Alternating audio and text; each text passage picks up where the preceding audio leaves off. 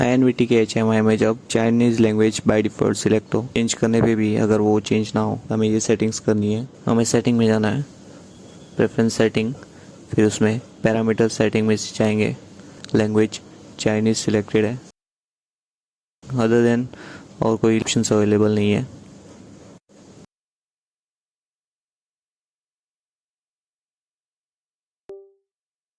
तो हमें language selection में HMI स्क्रीन का लैंग्वेज इंग्लिश सिलेक्ट करना है। देन डाउनलोड करते टाइम हमें फोर्स अपडेट HMI सिलेक्ट करना है।